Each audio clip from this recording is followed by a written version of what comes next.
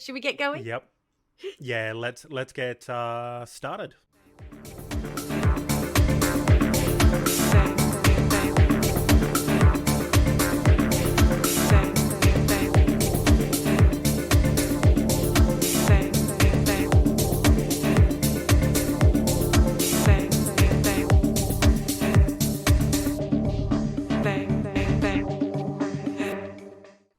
Welcome to 2Girls1GarbageCan, the Auspol podcast where we discuss the garbage can state of Australian politics through a historical lens of what came before so we can try and better understand what the is going on right now.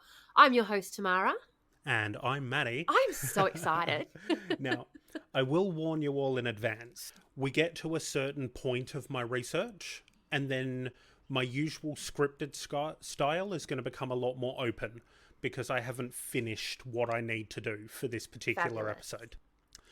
Okay, so today we discuss a complex period in the history of our very own state, Western Australia.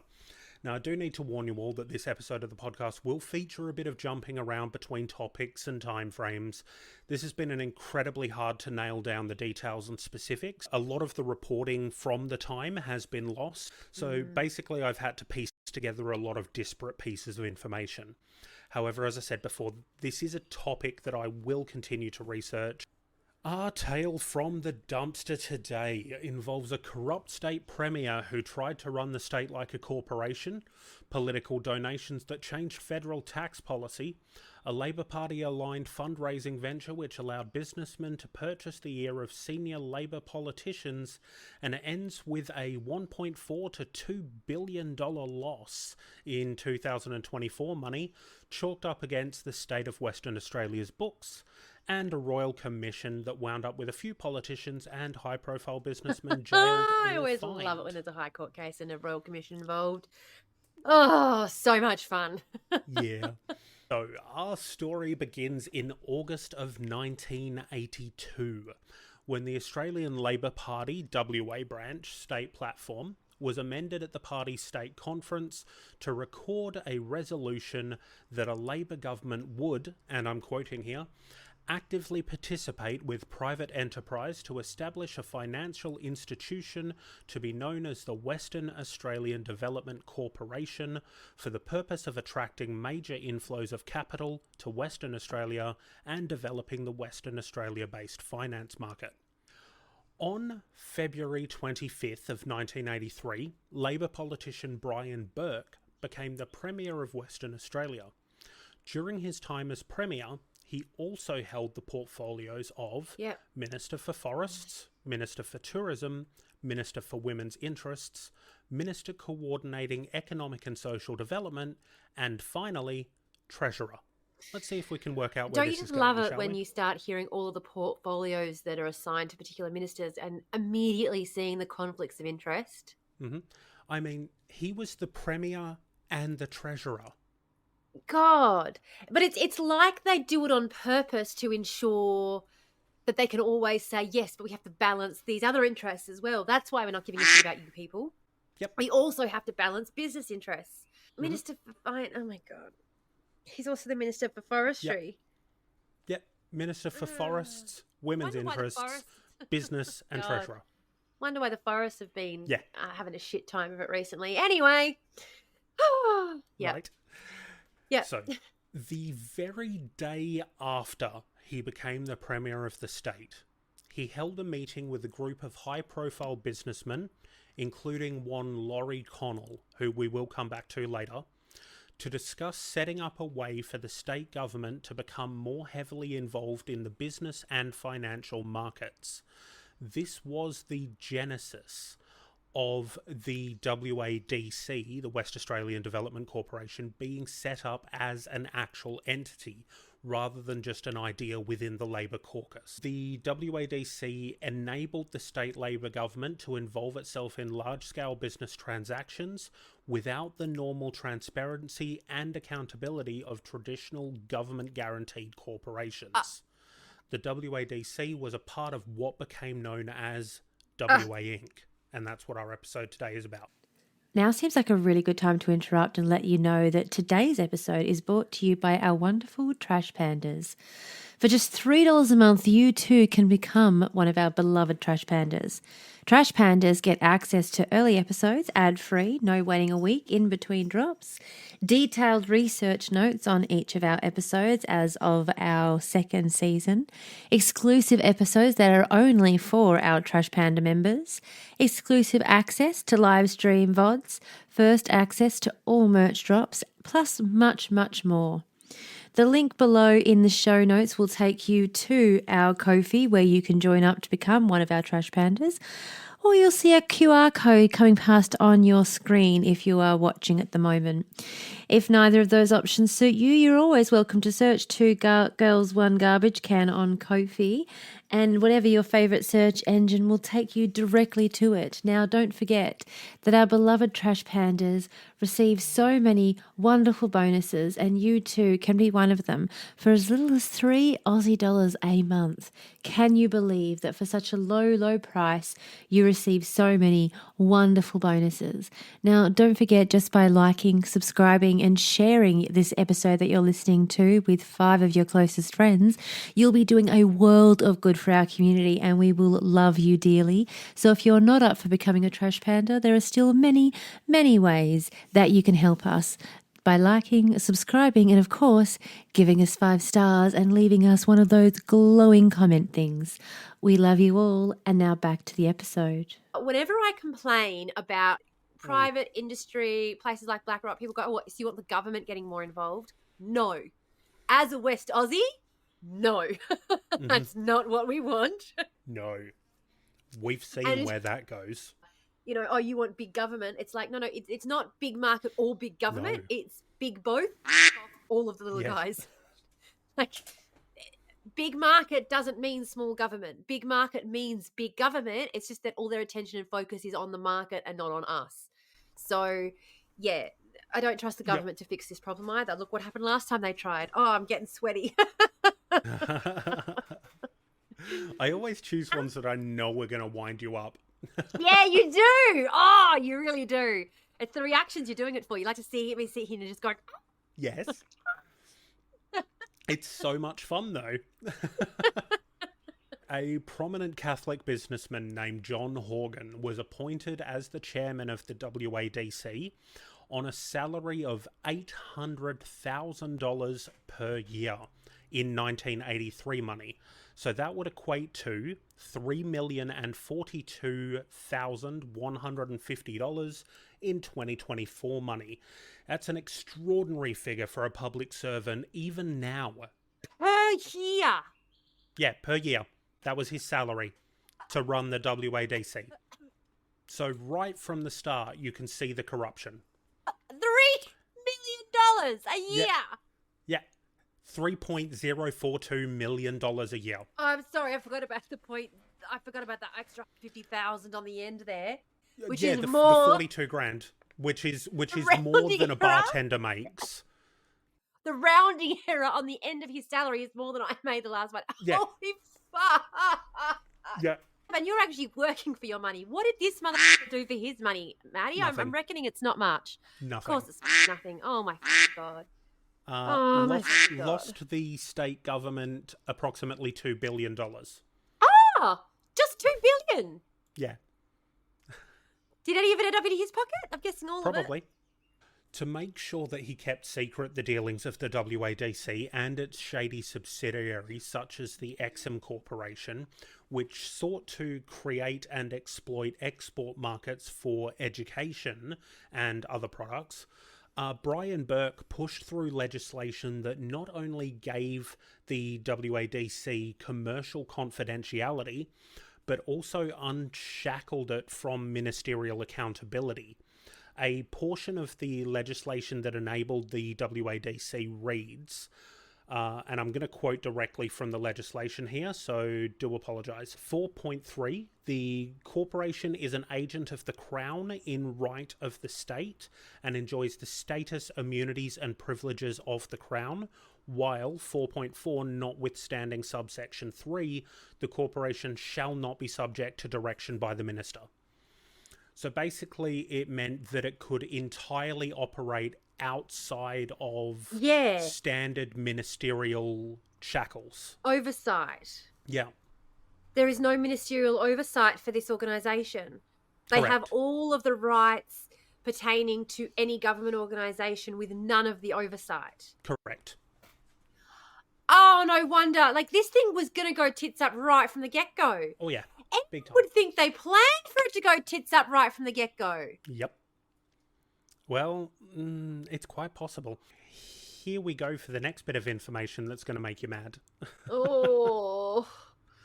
In his dual role as the state treasurer as well as premier, Burke had the statutory capacity to direct the financial affairs of substantial state corporations like the State Government Insurance Commission, which at the time was the SGIC and later became SGIO, the insurer, Yeah. and the Superannuation Board, which was later renamed to the Government Employees Superannuation Board, or what is now GESB. Basically, these two, the SGIC and the Superannuation Board, were given sweeping new powers in 1987 after the stock market crash, which enabled both of their extensive funds to be used for virtually any purpose that was approved by the Treasurer. So these were people's insurance and superannuation. that could now be utilised by the Treasurer, who was also the Premier, who was also in charge of WADC, to utilise that money for anything. What a shock that the government would want private citizens' funds that were tied up with these government... Because SGIO was the government insurance option. Yeah, so it used this to be was... called SGIC. Yeah, SGIC, sorry, before it became SGIO. So SGIC was the government's insurance option. So you are not buying into a private organisation's insurance. You're buying probably the less bells and whistles, maybe a little bit more expensive, but more stable and more reliable government-backed insurance, thinking that that money is going to be, oh my fucking God. Yeah, thinking it's going to be safe as houses, and if you need to make a claim, there'll be available funds. So he's using the government, the reliability of the government, that idea of like the government's reputation to take private citizens' money and use that government entity to invest that money into another government entity that he's operating that has no ministerial oversight and is allowed to do whatever the fuck that it wants with that money. Yep. Quite a convenient little chain, huh? I have no fucking clue how people tell me that I just don't understand how governments operate. Yep. This particular period was one of the biggest rorts that has ever happened in government in this country. Oh my God. So now, obviously, these things happened after the stock market crash of 1983. So where we've started this story and where it's all getting set up was when he gained the premiership in 1983, so 4 years earlier. Yeah. Okay. So this information here is a bit further down the timeline. But as I said, unfortunately, because of how complex this is, it is a bit all over the place today. Break it up. I think it's also really interesting to note that he was a multi-term Labor government when that is virtually unheard of in this state. Yep. Like he had McGowan, 2 terms back to back. Yeah, and McGowan got 2 terms back to back was because of the COVID effect. It was remarkable that happened. So for him to have got 2 terms back to back as a Labor premier, holy shit. Anyway, back to what you were talking about. All right. To understand just how deep this whole situation goes, at this point I'm going to introduce a few of the major players in this saga and give you a bit of background on some of them as I find it necessary. Yeah. Okay. So first up, we'll start with the head honcho, the man in charge of all of it, and that is Brian Burke, the state premier and treasurer at the time of WA Inc. Burke made his start in politics with the help of his brother Terry, who was already a member of the Legislative Assembly of WA. He challenged for pre-selection for the seat of Balcatta. Balcatta, the suburb, does. The seat doesn't. It's now Balga. In 1973, when he was 26 years old. At that time, the current Labour Minister for Balcatta had announced that he was going to retire. Brian Burke won the seat on the 28th of July by-election in 1973 after Kim Beazley, which is a name that's very recognisable to West Aussies, gave Burke's campaign $6,000, which was every single cent left in the WA Labour Party's electoral account. Burke proved himself to be a larrikin in his initial times in Parliament. He would frequently come up with odd fundraising ideas, like a Labour-owned printing press or a Labour-run Chinese restaurant. And he once spoke at a press conference while wearing a kaftan. Burke was chosen to lead the Labour Party to the 1983 state election after he won a leadership spill 20-11. And he became the opposition leader at 34 years old. Wow. At this time, he changed his attitude and his behaviour and modelled himself after Huey Long, an American populist politician who held no concrete policy positions and instead picked up policy based on populist rhetoric at the time. Yeah. Burke would not only be deeply involved in the WA Inc. scandal, but was also responsible for Indigenous land rights being curtailed in Australia. Whenever you hear about anyone taking on populist rhetoric, populism is not... Whenever we think of populism, we're not thinking of, it's popular now to be woke. No, populism is fascism. Populism is blood and soil type rhetoric. Populism is you're being hard done by, you as an individual, because of all these bad people who are coming in to hurt you. We're going to protect you, and that becomes popular with people who are struggling. And it does pop up. You do see it popping up around times of economic upheaval and strife, which is why it's getting more pervasive today. But whenever anyone starts leaning on populist rhetoric, populism is the language of fascism. Absolutely. Yeah, exactly. Populism is the rhetoric of fascism. So, yay, we've got a fascist running the opposition party. Yep. Amazing. And so what were you saying after that? Running the Labour Party. What were you saying after that? What did the fascists do next? The fascists say what? As I was saying, he was also responsible for Indigenous land rights being curtailed. Oh, wow. Surprise. In 1984... it was proposed at Labour's National Conference that Indigenous land rights be made uniform nationally, including the right for Indigenous people to refuse permission for mining on their land or to impose conditions under which current mining operations may proceed. Burke appointed Paul Seaman, Queen's Counsel, to conduct an inquiry, and he returned with a report that agreed with the idea of refusing permission for mining, as well as proposing that Aboriginal Lands Tribunal have the power to rule on land and compensation claims. Wow. Burke opposed this advice. Didn't like this. Of course. Saying that the government should be the only arbiter on land and compensation claims. Oh.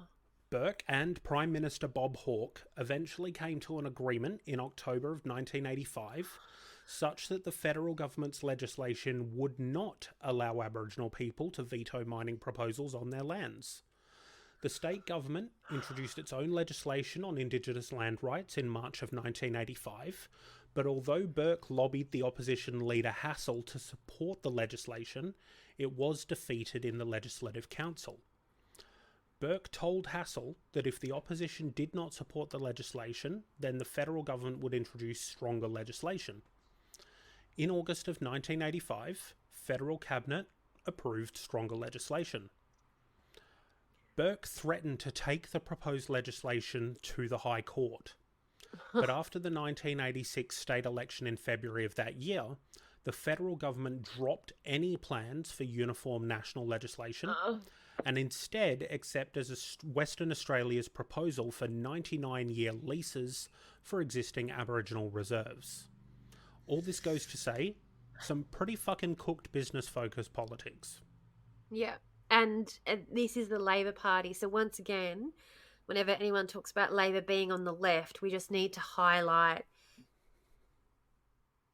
people seem to ignore the economic aspect of policy when they're talking about left and right. They seem, and economics is fucking, particularly because we don't get a vote economically. We don't get a vote at work. We don't get a say in what kind of industry there is out there. We don't get a say in what kind of jobs are available. We don't get a say in even in what kind of jobs are available where we live. We just have to take what's available to us. We have so little option when it comes to our economic voice.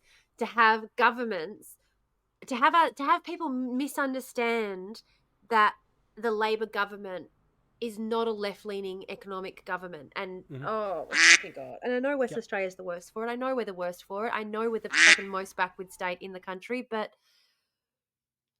my God almighty. God almighty. 100%. It just makes me so angry. Oh. So, yeah. Anybody that ever tells you that Labor is on the left of politics, you can confidently tell them that they have not been on the left of politics since the 1930s. Yeah, 1930s, since the Great Depression. Yeah. They came out of the Great Depression with some left-leaning policy, and they went into the war promising to deliver it after the war, and then they realised how much money there was to be made during the war, and decided to go back on all of that shit. Yep. We're done with Burke for the moment. We will move on to Laurie Connell, who I mentioned earlier. This is the man that Burke met with the day after he became Premier.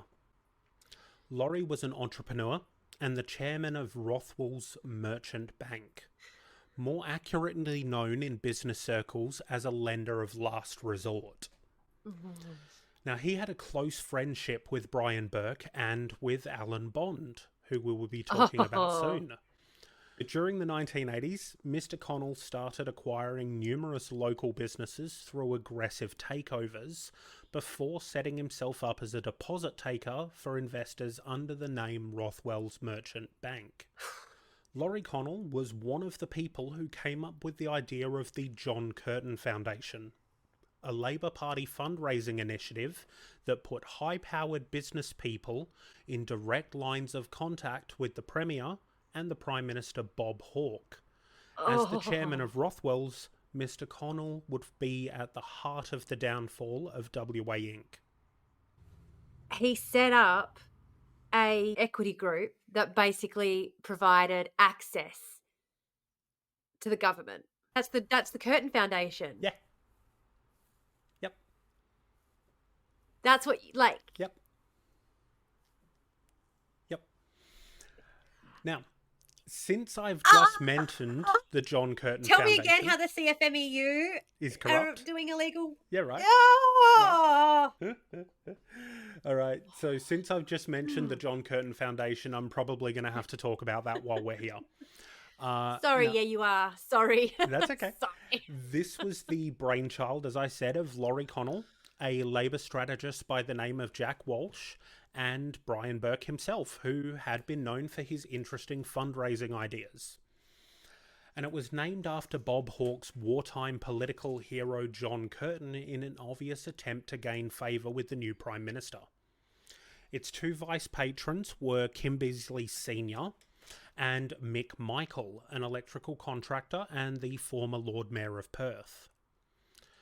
In October of 1984, 21 months after Brian Burke became the West Australian Labor Premier, Bob Hawke, having just been in the Prime Minister's job for 20 months himself, hosted a lunch for the new foundation. In attendance were Prime Minister Bob Hawke, Laurie Connell, Alan Bond, who I will be speaking about shortly, John Roberts, who was the founding chairman and executive director of Multiplex, James McCusker, the founder of the Town and Country Building Society, Ernest Lee Steer, a businessman and horse racing bigwig and one of what used to be called the Six Hungry Families, which were some of the most powerful families in Western Australia since Federation, Kevin Parry, who founded the Perth Heat baseball team. Parry Field in Belmont is literally named for him. He also founded Parry Corp, which held a bunch of department stores that had grown out of his father's furniture-making business, and he was the person who funded SciTech for a period of time until his business crashed in the 1987 stock market crash. Mm-hmm. SciTech is like, for those who don't know, it's basically like a museum for science stuff. More like a zoo, I suppose, for It's a science science stuff. discovery centre for school children. Yeah, yes, but really important to highlight whenever anyone says we need billionaires because they fund things like SciTech. SciTech is not fucking worth anything like the shit that they. That's it. That's all we get. One big fucking science room with a couple of amphitheaters in it. That's what we get. I wanted to talk about how great SciTech was before I ripped it to shreds, but that room Yep. in a loo, that's what we get in exchange for all of the shit that you wreaked down upon us. Go get fucked. Agreed. Fuck off. No, bad deal. Absolute shocking, terrible deal. Fucking worst deal ever. And that's the best thing you fucking did for us? Fuck off. And the other big name who was in attendance at this particular luncheon was Rick Stowe, who is known as Australia's most reclusive billionaire. He had acquired Griffin Coal in 1979. In evidence that was later given to the WA Inc. Royal Commission, Laurie Connell, who you'll remember helped set this foundation up, alleged that Bob Hawke dropped a proposed gold tax after Connell and various Perth high flyers at this lunch donated $250,000 each to Labor during an infamous lunch in Brian Burke's office in 1987. Yeah, what? A claim that the former Prime Minister denied. You're fucking what? $250,000 each in yesteryear's money. So what we're talking, how, 700 and... I'll find out for you. Here's the thing, all right? Alan Bond is known... The name is synonymous with the loss of people's retirement. It is synonymous with the loss that came afterwards. That's how well known this idea is. Anyone thinks of Alan Bond, they immediately think about the fact that they're never gonna. Their grandparents' retirement was destroyed by this motherfucker. Any of these motherfuckers, I can't even. I was trying to think of which one I could. I was literally thinking which is the worst name that I could pull out of that list. All I can, and they're all the worst. I mean, John Roberts is a founding chairman and executive director of Multiplex, for God's sake. They're all the worst. Multiplex is an absolute fucking nightmare company. So as I said, in evidence that was given at the Royal Commission for the WA Inc. situation, Connell alleged that Bob Hawke had dropped a proposed gold tax after Connell and other various Perth business high flyers donated $250,000 each, which is $724,000 in today's money, to the Labor Party during an infamous lunch in Brian Burke's office in 1987. Now, the former Prime Minister vigorously denied this, but it is evidence that Burke's loyalty to those who had donated both their efforts and their money to Labor was incredibly fervent, and he would reward them with contracts or favour from the WADC. And that has honestly been Labor's policy from the get-go. This is what they do. They honestly, you see it again and again and again and again. Like, say, it's ridiculous. Cumulative donations by individuals who were connected with the government's business involvements was a matter of concern to the Royal Commission, which published the following list to justify its concern. Now, there are some people whose names I haven't mentioned here, but that's just because I couldn't find a lot of information about them. Mr. Anderson, a chap named Warren Perry Anderson, who was a speculative investor, donated $366,000. Alan Bond, just over $2 million donated to the Labor Party. Laurie Connell, $860,000. Mr. Cullity, $30,000. Mr. Dallas Reginald Dempster, who we will be speaking about soon, donated just over $500,000. Mr. Yossi Goldberg, who I couldn't find much info on, donated $425,000, including $125,000 to the Puppet Theatre. Lang Hancock donated $950,000. That's another familiar name. $950. Yep. Mr. Hill, $20,000. Michael Robert Holmes a Court donated $30,000. Mr. Martin, $15,000. Mr. Kevin Parry, $205,000. Mr. John Roberts, $692,000.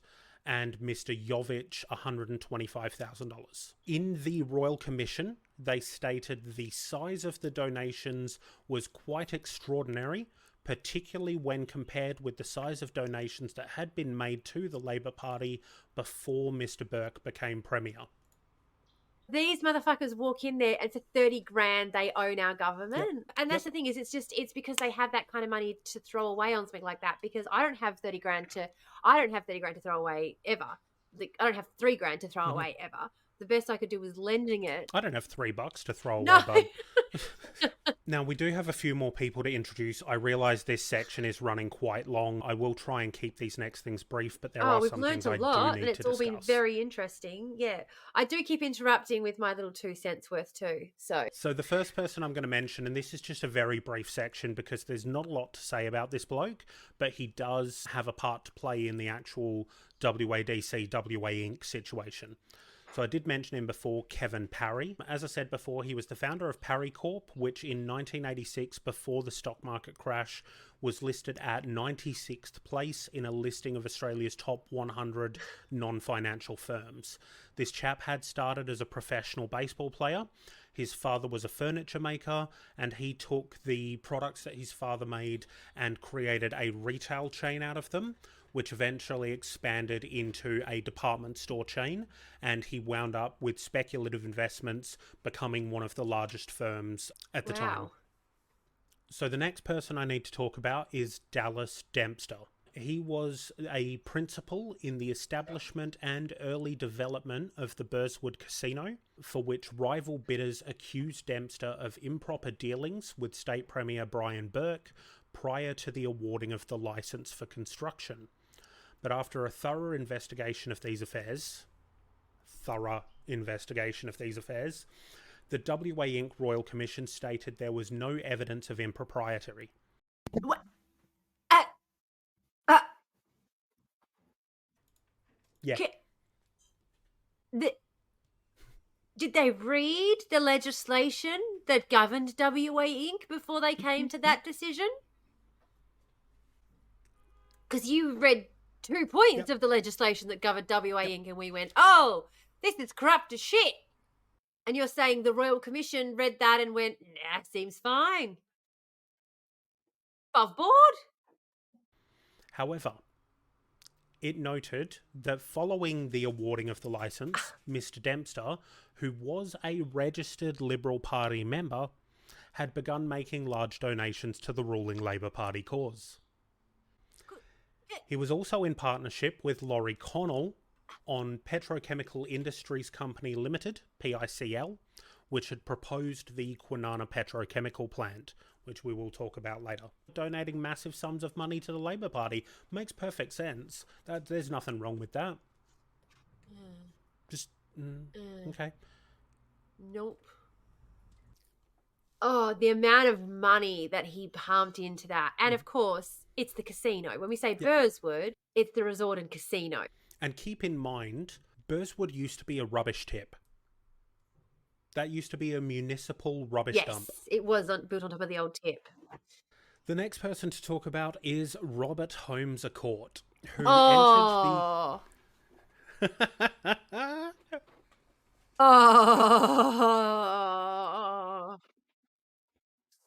Next up is Robert Holmes a Court, who entered the corporate stage kind of by accident in 1970 when his law firm was asked to act as the administrative receiver for a small publicly listed company known as West Australian Worsted and Woolen Mills, later Albany Woolen Mills, also known as AWM or WA Wool.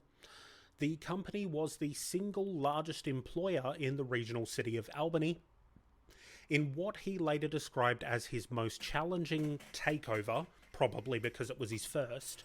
He found a way to invest $500,000 in the ailing business on the proviso that the State Minister for Industry, Sir Charles Court, would persuade the government of Western Australia to forgive the $500,000 in loans that the business had made. In 1973, Holmes a Court's AWM acquired Bell Brothers, a well-known West Australian transport and contracting group, for $9.6 million through a reverse takeover. Bell Brothers would ultimately become his flagship company as the Bell Group Limited. Bell Group acquired media interests, including the Albany Advertiser, the Katanning Weekly, the Great Southern Herald, the Collie Mail, and the radio station 6VA. The newspapers you just listed then Mm-hmm. covers every newspaper available in the Great Southern. So we're talking about a takeover of every single newspaper available in this part of the world. Yeah, aside from the primary state paper, the West Australian. We are the worst, my friend. We're the champions at being shit. We keep on dying in the air.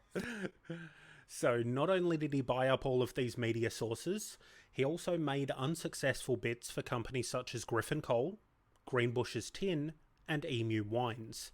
These bids, while they were unsuccessful, earned him significant profits, mainly because aggressive takeover defences from the original owners resulted in inflating the share prices that were held by Holmes à Court.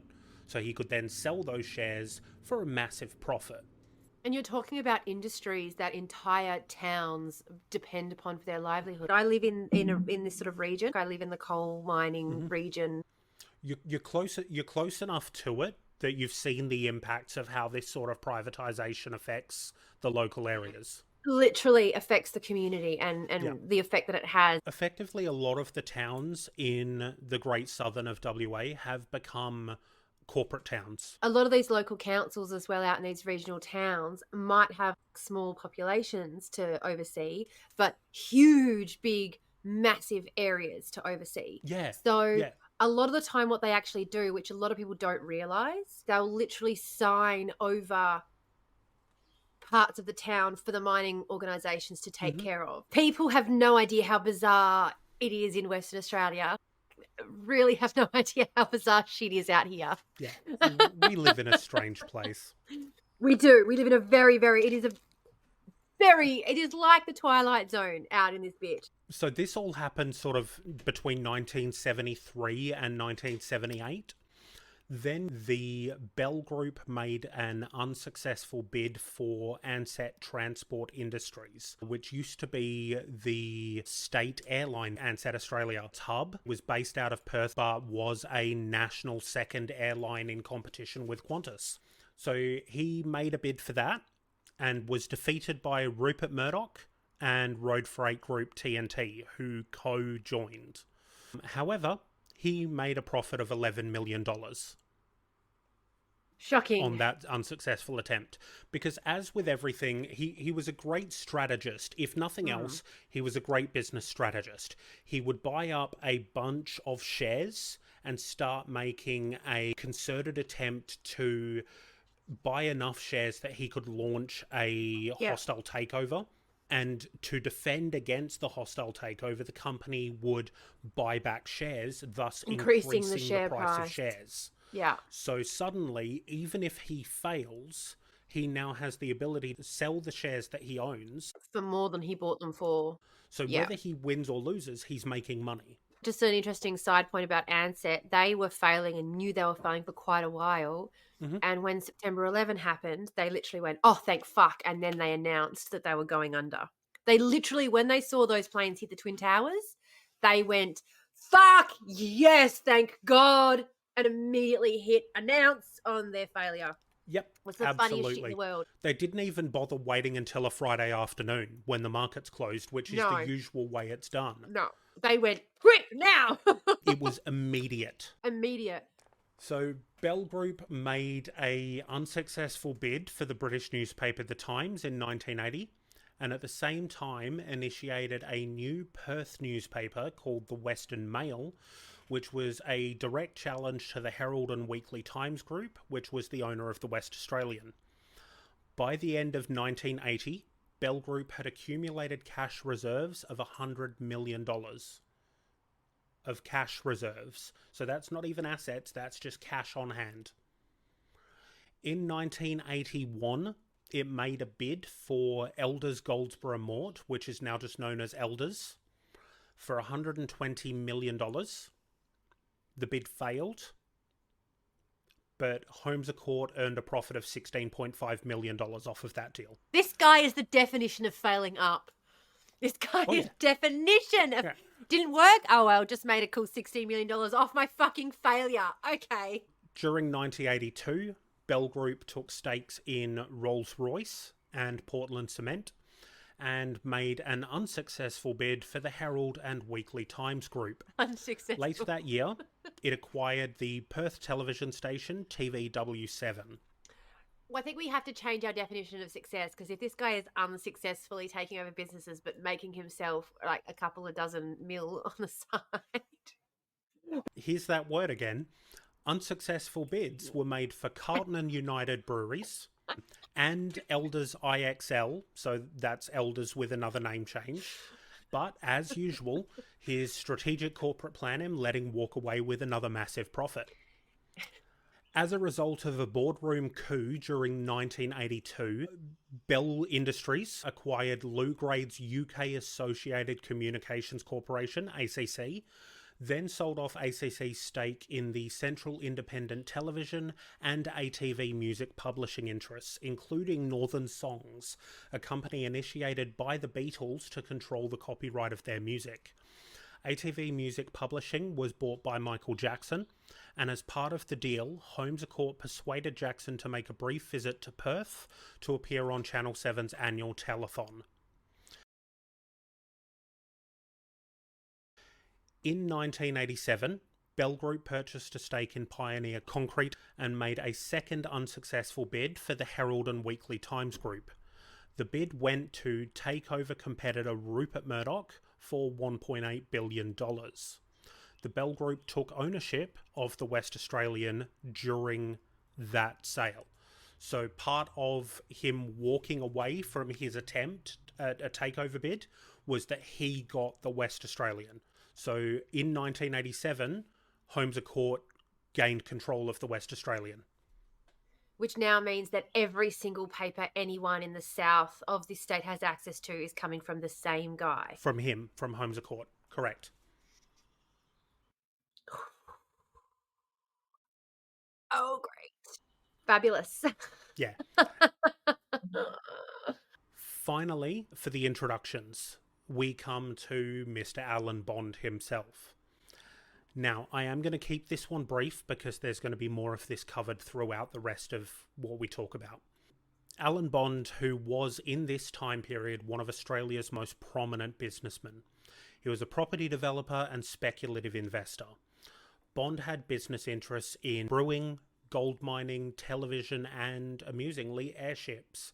He also started Australia's first private university, and in 1983, his Australia 2 syndicate won the America's Cup. That's probably what he became most famous for. Alan Bond was at the beating heart of WA Inc.'s failures. I understand that was a lot of introductions that I've just done, but we have now established all of the major players at the head of everything to come. Thank you so much for joining us for this week's dive into the depths of the trash fire that is Australian politics.